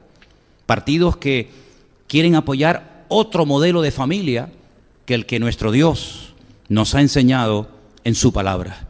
Y creo que ya sabéis, porque lo he dicho en varias ocasiones, que la unión entre el hombre y la mujer, con esa unión entre un hombre y una mujer, se forma el nombre de Dios. Y en el momento en el que quieras poner un hombre con un hombre o una mujer con una mujer, el nombre de Dios desaparece. Y en el momento en el que en una unión incluso entre un hombre y una mujer y quites el nombre de Dios, lo que queda es fuego y destrucción. Y lo que se ha intentado sistemáticamente de una forma muy bien planificada es quitar a Dios de en medio. Pero no solamente quitar a Dios de en medio, sino hacerle la guerra a Dios. Y ha habido personas que son diputados, que son personas de relevancia política a nivel nacional, que tienen sus escoltas y buenos sueldos, y que tienen sus choferes, etcétera, etcétera, que han sido capaces de entrar a iglesias, en este caso católicas, a interrumpir una misa, a interrumpir un acto religioso, lo cual es un delito registrado en la Constitución, porque consideran de que ser creyente o defender a la familia de toda la vida o estar en contra del aborto es como ser un retrógrado y ser una persona del siglo XV o del siglo XIV, cuando nada más lejos de la realidad. Nosotros los cristianos hemos sido llamados a defender la vida y nunca la muerte. Y les puedo asegurar de que el tema de la eutanasia está encima de la mesa y lo que se quiere es a toda costa introducirlo, y vamos a volver a los tiempos de la Segunda Guerra Mundial, donde el que no producía, el que no caía bien o el que tenía la más mínima tara o defecto se le podía eliminar porque no era productivo para la sociedad. Imagínense si se aprobara por decreto ley la eutanasia, a cuántos ancianos que ya están apaleando, humillando y tratando como si fueran animales, se les eliminaría y encima se creería que se les hace un favor. Bueno, pues detrás de todo lo que estoy diciendo, que nos puede parecer la época de los cavernícolas, la época de Sodoma y de Gomorra o de Babel, pues eso es algo actual, y eso es lo que llaman ser del siglo XXI. Eso es lo que llaman ser moderno. Hay partidos que tienen como punto de mira, de ayuda fundamental, a los musulmanes. Nosotros no tenemos nada en contra de los musulmanes, pero los musulmanes sí tienen muchas cosas en contra de nosotros. Porque para ser un buen cristiano uno tiene que amar a tu prójimo como a ti mismo. Pero para ser un buen musulmán tienes que amar, tienes que odiar a los cristianos, y si puedes matarlo, aprovecha y hazlo. Esa es la pura realidad. En el Corán no existe misericordia. Hemos estado en Israel hace muy poco y hemos visto filas de viudas o de mujeres abandonadas o de niños con defectos que no van a recibir ni la más mínima misericordia, porque en el momento en el que tu marido muere o caes enfermo o tienes la desgracia de caer en la droga o de quedarte solo ante la vida, amigo, eres hombre muerto, como en los tiempos de la Biblia, que los extranjeros, los huérfanos y las viudas eran los colectivos más desfavorecidos y eran personas condenadas a la miseria más absoluta, hasta que Cristo aparecía por allí, ¿verdad? Y les cambiaba la vida. Bueno, pues me acaban de decir hace unos días que van a construir una de las mezquitas más grandes de Europa, aquí en Tenerife, en Adeje, en el sur de nuestra isla. ¿Quién cede esos terrenos? ¿Quién concede esas licencias de obra? ¿Quién financia todo eso? Bueno, dicen, y esto se sabe de toda la vida, ya lo vimos cuando estábamos en Kenia, que fui con Armando en varias ocasiones, Arabia Saudita da más de entre 8.000 y 10.000 millones de dólares todos los años para la construcción de mezquitas por todas partes del mundo. Hemos visto, por ejemplo, en la ciudad de Malindi, en Kenia, mezquitas totalmente vacías, pero cuanto más, mejor, para que pueda haber prevalencia por encima de los cristianos. Y en este país, sabéis que los musulmanes tienen todas las puertas abiertas y reciben subvenciones. La pregunta es, ¿por qué hay ciertos y determinados políticos o partidos que se casan y que se llevan tan bien con los musulmanes? Bueno, es muy fácil entender la explicación, porque así como los musulmanes odian a los cristianos, hay muchos políticos que odian a los cristianos, y todo el que odia a los cristianos, Dios los cría y el diablo los junta. Por esa sencilla razón. quiero que también sepan ustedes, hermanos, que no solamente está pasando esto en nuestros días hoy en día, sino que no hace mucho tiempo, yo lo dije aquí, no sé si ustedes se acuerdan, se quería aprobar una ley, gracias al Señor que no salió, pero se quería aprobar una ley donde todos los que fueran a predicar desde un púlpito en una iglesia el domingo tenían que ir a una oficina, a un edificio, a un lugar que ellos establecieran y diseñaran y designaran, y llevarles el mensaje por escrito, para que ellos revisaran si las palabras que los pastores íbamos a predicar el domingo a la mañana o a la tarde podían ser ofensivas, o podían tocar el tema de la homosexualidad, y entonces una especie de censura, decir, lo siento, esto usted no lo puede decir, esto es un delito, esto no lo puede decir, y entonces ellos te aprobaban o no el mensaje que tenías que compartir el domingo, y entonces venías y dabas el mensaje según lo que ellos te habían cortado o añadido. A esos extremos se quería llegar el año pasado aquí, en España, en este país. Gracias al Señor que esa ley no se aprobó, aunque yo les puedo asegurar que este que les habla terminaría en la cárcel.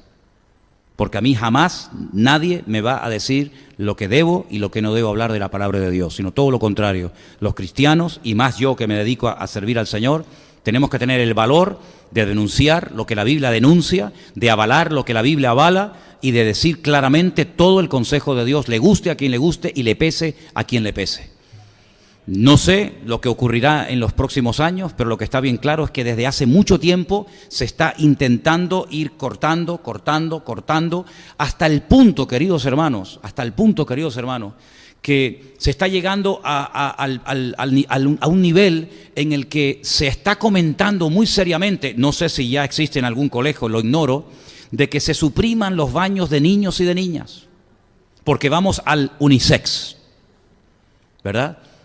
Ya hay un montón de cosas unisex, ya cuando pasas por una peluquería, ya es peluquería unisex, ya hay ropa unisex, ya hay gimnasios unisex, y iglesias unisex, etcétera, etcétera, ¿no?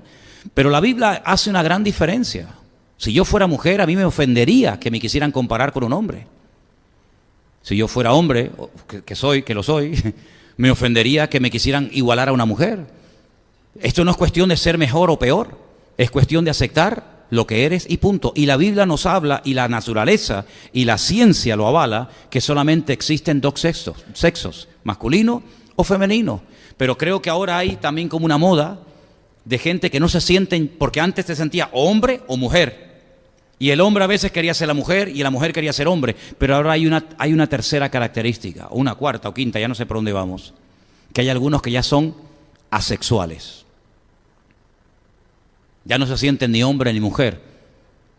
Por eso hay que inventar algunas palabras y algunos adjetivos y algunos términos nuevos, porque ya cómo te diriges a uno que no es hombre y a uno que no es mujer. Me hace recordar ese versículo que dice la Biblia, que en el tiempo del fin, cuando el Señor venga, será un día que solamente el Señor conoce, que no será de día ni de noche.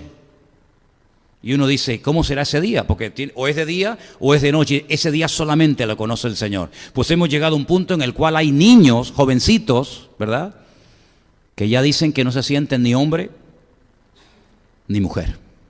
¿Saben que en la Biblia hay 44 versículos que hablan acerca de las responsabilidades civiles de los cristianos? Vamos a leer uno de ellos. 1 Timoteo 2, versículos del 1 al 2. Exhorto ante todo a que se hagan rogativas, oraciones, peticiones y acciones de gracias por todos los hombres, por los reyes y por todos los que están en eminencia, para que vivamos quieta y reposadamente en toda piedad y honestidad. Tito 3, versículo 1, nos dice lo siguiente: recuérdales que se sujeten a los gobernantes y autoridades, que obedezcan, que estén dispuestos a toda buena obra. Nuestra obligación es orar para que vivamos quieta y reposadamente, dice la Biblia. Luego, si podemos vivir tranquilos, quieta y reposadamente orando, oremos entonces, porque con nuestras oraciones podemos cambiar muchas cosas, no solamente en el mundo espiritual, que ya lo hemos visto, sino que con nuestras oraciones podemos también cambiar muchas cosas que nos van a afectar a todos a partir de la próxima semana. Ahora, el espectro El panorama político que se nos presenta delante de nosotros es muy variopinto, aunque realmente, les digo con toda honestidad, son todos como loros, repiten más o menos todos lo mismo. Da igual si es fulanito o es menganito, más o menos es una especie de monotono. Así como nosotros creemos que no existe una iglesia perfecta, sino la nuestra solamente, ¿verdad? Así como creemos que no existe una iglesia perfecta. No hay una iglesia perfecta. Amén, hermano. Esta no es perfecta. No hay ninguna iglesia perfecta. Tampoco podemos caer en el absurdo de creer que hay un partido 100% perfecto que se va a adaptar al 100% de lo que dice la palabra de Dios. En todas las iglesias hay sus más y sus menos. Están compuestas por seres humanos. Los seres humanos somos imperfectos. Pero hay una gran diferencia entre los que somos imperfectos y amamos al Señor y queremos agradarle, y aquellos que también como nosotros son imperfectos, pero entregan su vida para el mal y para ser instrumentos del diablo. Hay una gran diferencia. Una iglesia nunca puede ser perfecta, porque desde el pastor hasta el último, todos son imperfectos, pero esas personas imperfectas reconocen su dependencia de Dios, recurren a Él, claman a Él, el Señor los fortalece, los ayuda, los transforma, los restaura, etcétera, etcétera. Y sus imperfecciones están sometidas al gobierno de Dios y pueden llegar a ser personas de mucha bendición si se dejan utilizar por Dios, a pesar de que son instrumentos imperfectos. Pero el hombre imperfecto que no quiere conocer a Dios, que le da descaradamente las espaldas a Dios, puede llegar, si encima tiene poder y autoridad, puede llegar a hacer gemir y llorar a los santos, a los hijos de Dios, como hemos leído en esta noche en el libro de Proverbios.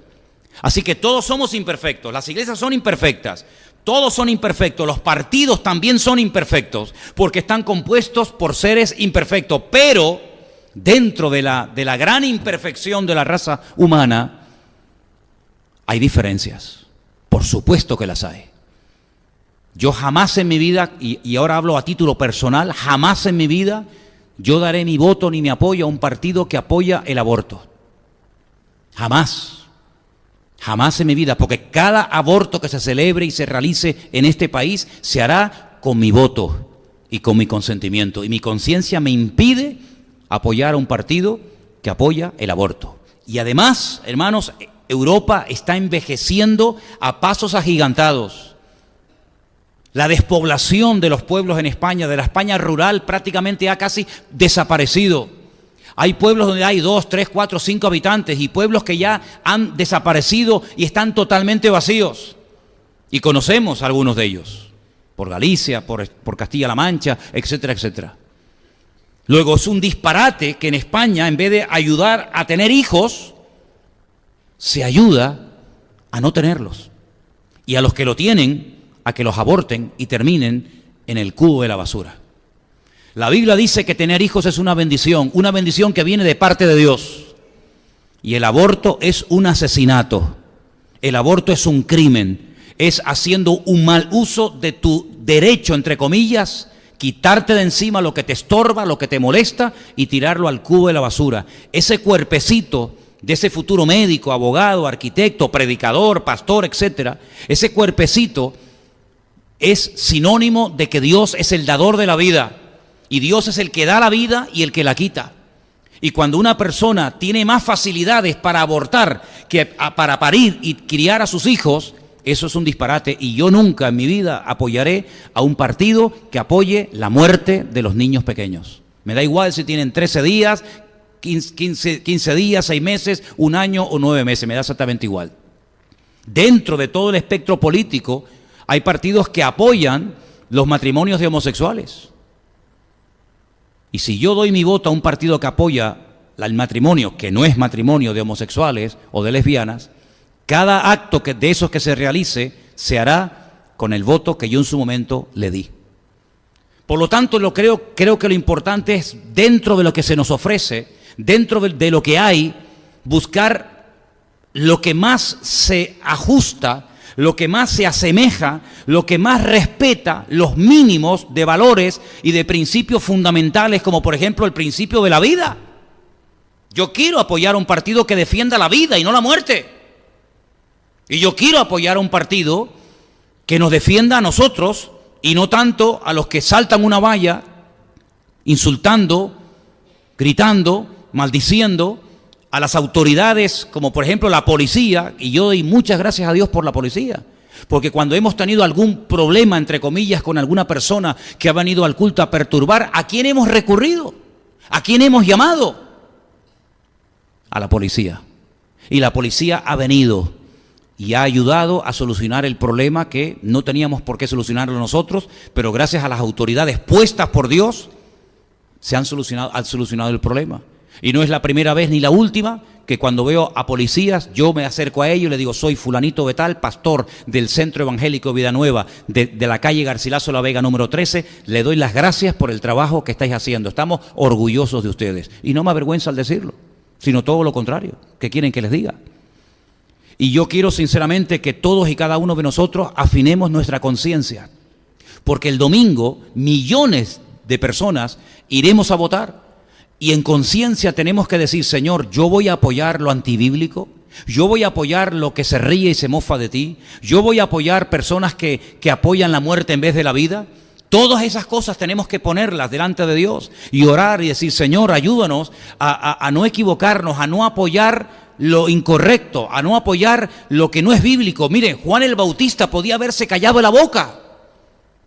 ¿A ti qué te importa si Herodes se está acostando con su cuñada? Déjalo a él. Tú cállate, tú predica el Evangelio. No, pero es que el Evangelio no solamente es predicar y hablar de Cristo. El Evangelio y la responsabilidad de un siervo de Dios y del creyente es denunciar el pecado, dice la Biblia, ¿sí o no? Juan el Bautista podía haberle dicho, bueno, total, a mí qué más me da, miro para otra parte. No. Y cuando Herodes, el rey de Israel, le dijo a Cristo que quería hablar con él y conocerlo personalmente, Cristo podía haber dicho, qué maravilla, el rey nos quiere visitar, vamos, hoy por lo menos comeremos calentito. El Señor Jesucristo dijo, id y decirle a esa zorra, que me imagino que no le habrá sentado nada bien, el que le dijera, Jesús, el hombre más famoso del país, el hombre más amado y odiado al mismo tiempo de Israel, que le dijera en su cara al rey de Israel o a los mensajeros del rey de Israel, Herodes, decirle a esa zorra que yo estoy haciendo el trabajo, estoy haciendo la obra de mi padre y que no la voy a interrumpir por ir a atender sus caprichos y sus tonterías. Y lo denunció y lo llamó zorra. Imagínense que nosotros utilizáramos esos calificativos para dirigirnos a las autoridades hoy en día. Sería tremenda, ¿verdad? Una de las cosas que debemos de orar es para que Dios nos dé el valor de denunciar lo que tenemos que denunciar. La Biblia dice que tenemos que ser la sal de la tierra y la luz del mundo. Y la luz sirve para iluminar, para disipar las tinieblas. Y la sal servía para evitar el proceso de descomposición de los alimentos. ¿Cómo vamos a atravesar el desierto con carne y con pescado si no la salamos? Esos animales, eso que hemos pescado o cazado, se va a pudrir por el camino y no vamos a poder hacer uso de ello. Y la sal se usaba para evitar el proceso de descomposición. Y la iglesia, hermano, tú y yo, hemos sido puestos en esta tierra para frenar el proceso de descomposición y por lo menos para denunciar el pecado. Y si quieren seguir pecando, allá ellos, pero nunca podrán decir que no hubo profeta en Israel, como dice la Biblia. Por lo tanto, cuando se nos presente la oportunidad de hablar en tertulias, con vecinos, con amigos, compañeros de trabajo, de la universidad, donde sea, donde sale el tema de la homosexualidad, el tema del aborto, el tema de esto o el tema de aquello, hermanos, hagamos actos de presencia, no nos quedemos callados, digamos lo que Cristo diría en ese momento si estuviera en nuestro lugar. Y por otra parte, dejando un poco el tema espiritual a un lado, yo sinceramente siento en mi corazón que este país necesita un cambio. Yo le hablaba el otro día con Chantal, la hija de nuestra hermana Miguelina, y me decía algo que a lo mejor algunos de ustedes pueden decir, no, pero si a mí también me pasaba lo mismo. Ella me dijo que en su país, en la República Dominicana, cada mañana antes de entrar a clase, se cantaba el himno nacional y se levantaba la bandera. Y nos llamaba la atención y lo veían como lo más normal del mundo. No quiero ni imaginarme lo que le harían a una persona del público en la famosa Super Bowl, cuando se van a enfrentar los dos equipos finalistas, ¿no? En esa competición de rugby americano, donde cantan el himno americano y levantan la bandera. No quiero ni pensar lo que le harían a una persona por quemar la bandera norteamericana de las barras y de las estrellas y por insultar y gritar al himno norteamericano. Yo creo que cualquier norteamericano, sea demócrata o sea republicano, lo machacaría en aquel momento. No sé cómo era en Cuba, si se cantaba el himno y se levantaba la bandera, o en Venezuela. Yo aún me acuerdo de Gloria al bravo pueblo, que aquello. Venezuela podrá estar hecha a pedazos y podrás estar a favor de uno o en contra de otro, pero que al venezolano no le toquen su bandera y que al venezolano no le toquen su himno, porque esa bandera y ese himno representa la esencia de un pueblo. Y me da igual si es fulanito o es menganito, pero lo que no haría jamás un japonés, ni un cubano, ni un argentino, ni un venezolano, ni un chileno, ni un canadiense, lo que no haría nadie, ustedes han podido comprobar cómo en este país la bandera se quema, al himno nacional se le pita, se le insulta, y en algunas provincias de España el ir con una bandera es casi jugarte la vida. Y yo, por ejemplo, he estado en unas cuantas iglesias en Estados Unidos predicando. He estado en Orlando, he estado en Miami, he estado en Atlanta, he estado en California, y yo he visto en todas las iglesias norteamericanas, en la famosa Catedral de Cristal de Robert Schuller, allí en California, yo he visto en todas las iglesias norteamericanas la bandera de Estados Unidos. Y nadie se alarma, nadie se asusta, porque representa al país que amas y que quieres evangelizar. ¿O no queremos evangelizar España? Yo doy gloria a Dios por cada uno de los que han venido de otros países que están con nosotros. Para nosotros eso es un gozo, porque además no es nada nuevo. Ya Dios nos lo dijo cuando teníamos la plataforma en aquel lugar. Una noche el Señor me dio una palabra profética que la di hace casi 20 años, cuando éramos 6 allí en ese rincón y que entrábamos por lo que hoy en día es el Rastro. Y teníamos toda la iglesia llena de paneles y de cortinas porque había tanto eco aquí adentro que era prácticamente imposible predicar y entendernos. Y yo dije ahí, cuando estábamos en ese rinconcito, 6 o 8 personas, que esta iglesia se llenaría de extranjeros y de gente herida.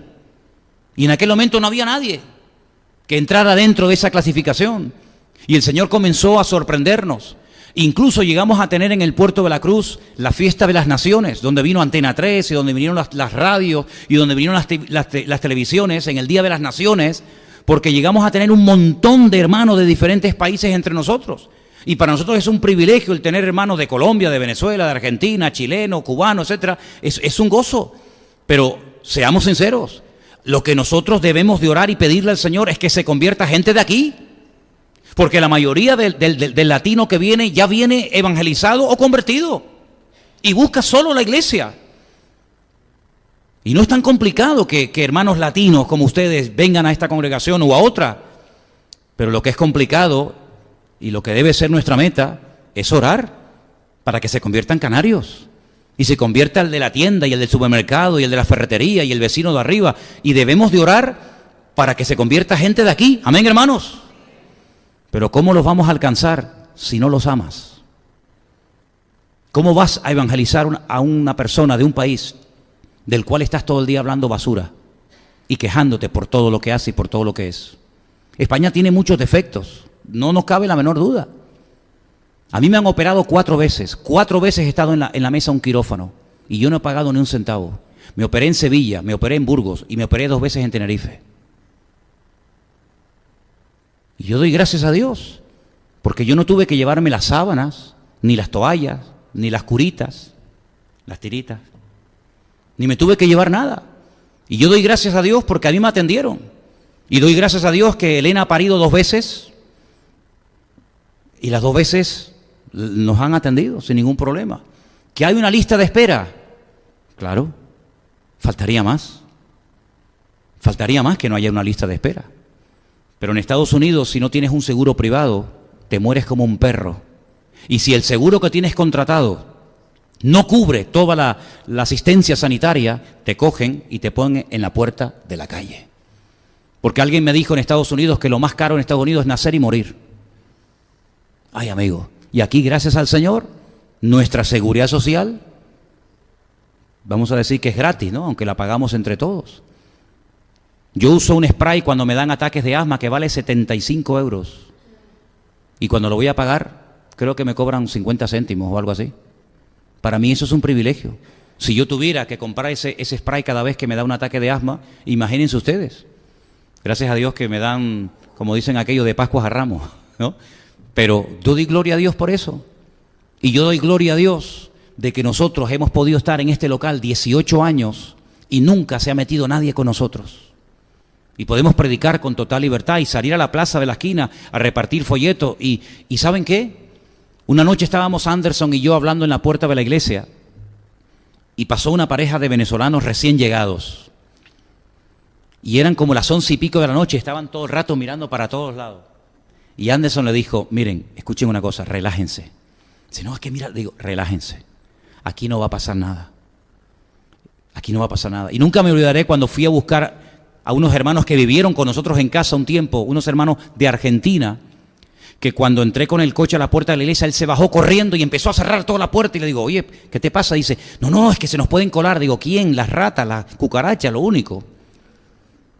Y nuestra iglesia del Puerto de la Cruz, que no vive nadie, gracias al Señor, nunca hemos tenido ningún problema y no hay rejas, ni sirena, ni alarma, ni perro, ni vallas electrificadas. Y todo eso es un motivo para dar gracias al Señor. Y algunos de ustedes, en momentos puntuales, han recibido alguna paga. Pequeña, insignificante, más o menos, pero la has recibido. Pero cuando estuvimos en Bolivia, en Santa Cruz de la Sierra, en Bolivia, conocíamos a muchas personas que no tenían recursos para la medicina, para la operación. Es decir, España es un país con muchos defectos, sin lugar a dudas, por supuesto. Pero yo doy gracias a Dios por vivir en este momento, en este lugar. Y creo que un cristiano nunca debe de criticar el país en el cual vive. Y más si te está dando de comer. Cuando nosotros fuimos a vivir a Argentina, a mí me gustaba, yo me enamoré hasta del nombre Argentina. Fuimos en el año 90, enero del 90. No, perdón, agosto del año en agosto del 90. Y cuando llegamos a Argentina, el mate, yo tomaba litros de mate, que para mí no sabía nada, pero yo quería ser un argentino más.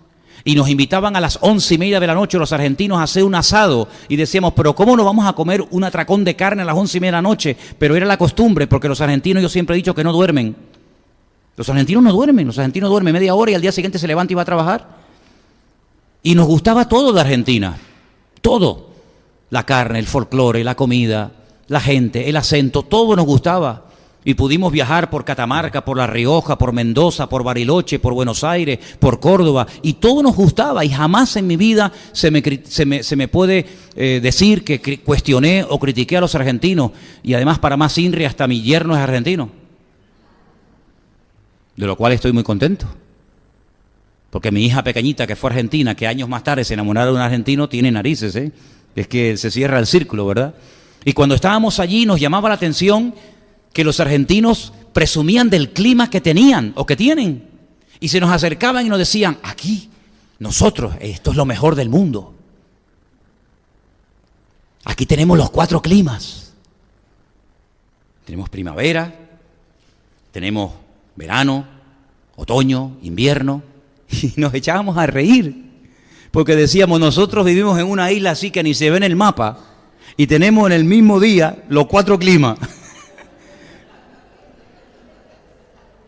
Te vas al Teide y estás allí muerto de frío. Hace poco nos pasó, nos fuimos Elena y yo con la moto a Vilaflor, dicen que es uno de los pueblos más altos de España, un frío, con nuestra mochilita, unos bocadillos, un termito, nos fuimos allí a la montaña y estábamos ahí muertos de frío. Digo, mi madre, qué frío es aquí.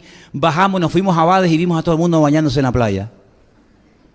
Y te vas hasta Coronte, donde vive Priscila, que vive en lo que es Ucrania, Siberia, siempre lloviendo, siempre niebla, todo el mundo hecho polvo, ¿eh? Y después te vas a otro sitio, un viento. Mi suegra llegó a decir un día, nunca me olvidaré, Esperanza, es que aquí cambia el clima de una calle a otra. ¿Es verdad? Te vas a la calle de Mercadona, sol perfecto, los niños jugando en el Parque Don Quijote. Te vienes aquí un viento que el que tenga peluquín te lo tiene que amarrar con chicle porque se te vuela.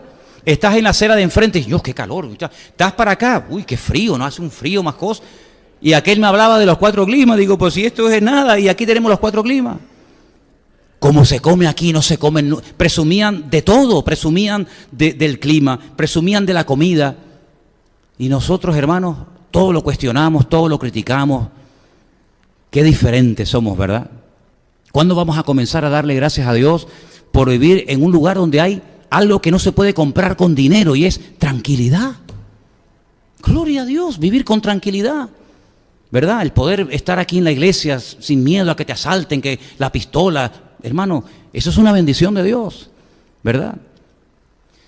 Y a mí me gustaría que este fin de semana, cuando vayamos por la mañana o por la tarde, bueno, por la tarde hay culto, para que lo sepan, me gustaría que le pidiéramos al Señor que nos diera sabiduría para votar por alguien que ame la vida, por alguien que crea en Dios. Yo quiero de verdad tener un presidente del país que diga, yo creo en Dios, porque hay algunos que le das como hasta vergüenza decir, no, yo creo en Dios, y te miran como, ¿de dónde salió el astronauta este, no?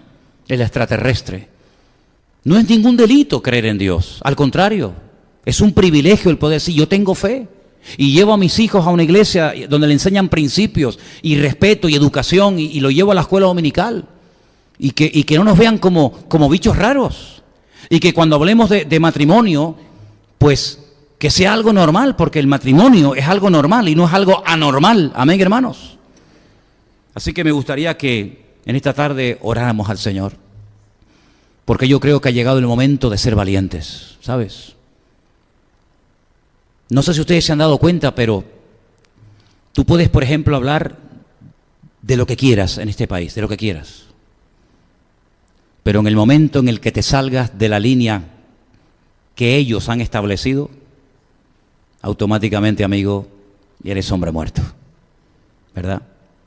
Puedes criticar a quien quieras, hablar de lo que quieras, pero como digas algo de estos colectivos que son capaces de parar ciudades enteras, que están todo el rato pidiendo y pidiendo y pidiendo y demandando cada vez más, pues a mí no me gustaría que España fuera invadida por mezquitas musulmanas, ¿qué quieres que te diga? No me gustaría. A mí me gustaría que España fuera invadida por iglesias cristianas que predican el Evangelio y que nos dieran facilidades a nosotros los pastores. Sinceramente me gustaría eso. Y por eso yo quiero que oremos, porque hay 2 posibilidades. Miren, el lunes podemos encontrarnos con una de estas 2 posibilidades. O Dios permite, por la razón que Él quiera, que venga un tiempo de sacudida a la iglesia, un tiempo de vara, que Él lo puede permitir, como lo está permitiendo en otros países para llevar a su población de rodillas, o puede permitir un tiempo de alivio para la iglesia del Señor. Probablemente algunos me critiquen en internet o en YouTube cuando diga esto, pero yo creo, como dijo el presidente de Israel, Benjamín Netanyahu, que este presidente de los Estados Unidos, Trump, con todos los defectos y con todas las cosas raras que pueda tener, es como un bálsamo para el pueblo de Dios. Y que nadie toque a los cristianos en este momento en Estados Unidos porque es hombre muerto, ¿eh? Y me parece bien que se defienda a los cristianos. No sé cuánto durará esto, no lo sé. Pero cuando una persona ama y respeta al pueblo de Dios, por lo cual también a Dios, y algo muy importante que no se suele decir, y respeta y valora al pueblo de Israel, para mí tiene todo el apoyo. Me da igual que esa persona tenga sus defectos como yo tengo los míos, pero cuando una persona respeta la Biblia, respeta la creencia en Dios, respeta la familia, es pro vida y no pro muerte, y encima habla bien del pueblo de Israel, ¿yo qué quieren que les diga, hermano? A mí me da paz, aunque cometerán sus errores, como todos los seres humanos cometerán sus errores, porque por eso somos seres humanos, ¿verdad? Pero yo quiero pedirles a todos ustedes en esta noche que oremos para que podamos vivir quieta y tranquilamente en los próximos años que nos quedan de vida. ¿Cuántos dicen amén? Nos ponemos de pie, queridos hermanos. Vamos a ponernos de pie. Y tengo algo aquí apuntado, lo puedo enseñar a los que quieran, para que vean que no me estoy inventando nada ahora, ni improvisando. Y me pregunté, ¿digo esto o no lo digo? Lo voy a decir. Quiero que los hermanos y los creyentes que se congregan en esta iglesia amen el lugar donde vivimos. No creo que esté pidiendo nada exagerado. Yo sé que la tierra tira, yo sé que tienen familiares en sus países, pero todos los que estamos aquí debemos de vivir el lugar donde Dios ha querido que nuestros padres nacieran, se conocieran, se casaran y naciéramos nosotros. Y eso no ha sido casualidad. Yo creo que el Señor ha permitido que mis padres, que se conocieron en Caracas, en Venezuela, se enamoraran, se casaran. Yo nací en Caracas, viví los primeros 10 años de mi vida, pero creo que el Señor tiene el control de todos y cada uno de los detalles de nuestra vida. Y a mí me gustaría que pudiéramos orar como el Señor oró por Jerusalén y lloró y se quebrantó. Podía haber dicho pecadores, inmundos, hipócritas, falsos, pero él cuando llegó a Jerusalén lloró y dijo: Jerusalén, Jerusalén, hacen las cosas mal, matas a los profetas, apedreas a los enviados que yo te envío, pero yo he querido juntar a mis hijos como la gallina junta a sus polluelos. Y no maldice a Jerusalén, no maldice a Israel, sino que ora y se quebranta por su pueblo y por su ciudad. Y a mí me gustaría que nosotros, algunos de ustedes sé que no sois de aquí, pero que pudiéramos orar y decir: Señor, bendice a España, que se conviertan miles de jóvenes al Evangelio, que se conviertan miles de familias al Evangelio, y que desde aquí pudiéramos salir a evangelizar a otras naciones y pudiéramos mandar misioneros a otras partes. ¿Por qué no, hermanos? ¿Por qué no? Si oramos con fe y bendecimos a esta tierra, yo creo que las cosas pueden cambiar. El diablo se ha ensañado, el diablo ha hecho barbaridades en este lugar, pero ¿quién tiene el poder? ¿Quién tiene la autoridad? ¿Quién tiene la última palabra? El Señor. Pues clamemos al Señor en esta noche para que el Señor mueva todo y vamos a aceptar la voluntad de Dios. Por supuesto, faltaría más, pero lo que esté de nuestra parte vamos a hacer todo lo que podamos para que todo se haga lo más cerca de la palabra posible. Aunque vuelvo a repetir, nunca vamos a encontrar el 100% de lo que nos gustaría, pero por lo menos dentro de lo que se nos ofrece, hermano, busquemos lo más cercano a los principios de la palabra de Dios. Padre Celestial, te damos muchísimas gracias en esta tarde por el privilegio que nos das de orar por este país. Casi 50 millones de seres humanos, Señor, donde la inmensa mayoría no te conocen, no te tienen. Un país de religión, un país de libertinaje, un país de tantas locuras, donde vienen millones de personas de todo el mundo a hacer lo que no se atreven a hacer en sus países, Señor. Pero yo te ruego en el nombre de Jesús que tú bendigas a tu iglesia, a todos los pastores, predicadores, evangelistas, a todos los maestros y maestras de escuela dominical, líderes de jóvenes, músicos, cantantes, ujieres, todas aquellas personas que están haciendo algo en el reino de Dios. Te pido, Señor, que extiendas tu mano, que tengas misericordia de este país. Sí, Señor, este país que ha derramado sangre inocente, este país que ha hecho muchos abusos, pero Señor, aquí está tu iglesia, aquí está tu amada esposa.